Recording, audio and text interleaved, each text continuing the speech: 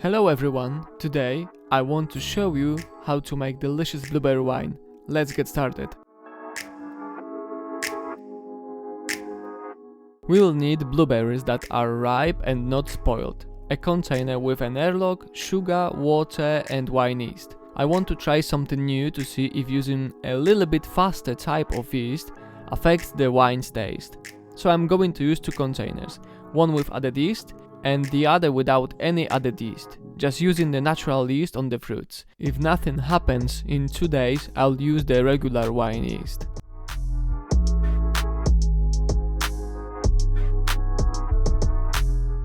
After transferring the blueberries into a container, we need to crush or somehow break them down.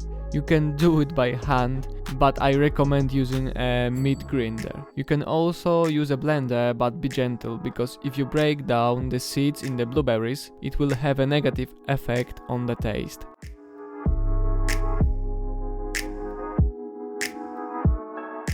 After breaking down the fruits, transfer them into the fermentator. Now it's time to add water and sugar.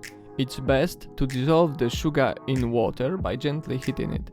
When the sugar syrup cools down to around 25 degrees Celsius, add it to the blueberries. You can find the proportions and ingredients in the description.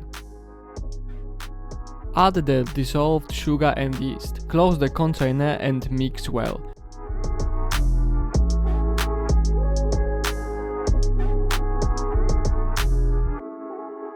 Pour the water into the fermentation log and now we wait until the fermentation starts. I should measure the sugar content in the mixture, but it's too thick and I'm not sure if I can do this. The recipe I'm using told that the wine will have about 13% alcohol.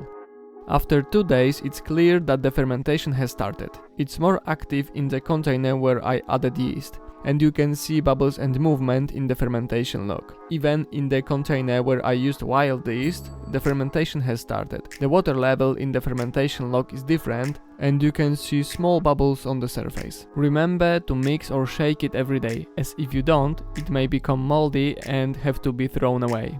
After 4 days, the fermentation is same active in both containers. Keep mixing it every day and continue the process.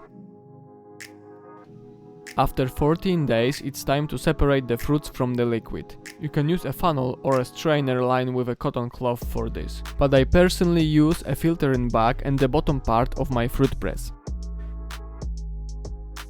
Now we can check how much sugar is left in the wine. The wild yeast didn't consume all the sugar, so we still need to wait. The yeast I added has completed the fermentation. In both cases, we'll need to wait a few days to taste the wine, until the sediment settles at the bottom. 19 days after starting, our wine is ready.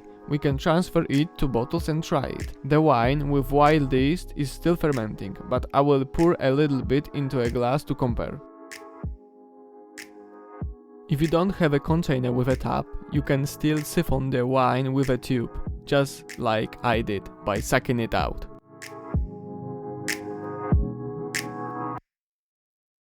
In my opinion, there is almost no difference, so you can safely use faster yeast. The wine is aromatic, delicious and has a beautiful color. Try the recipe and let me know if you enjoyed the video.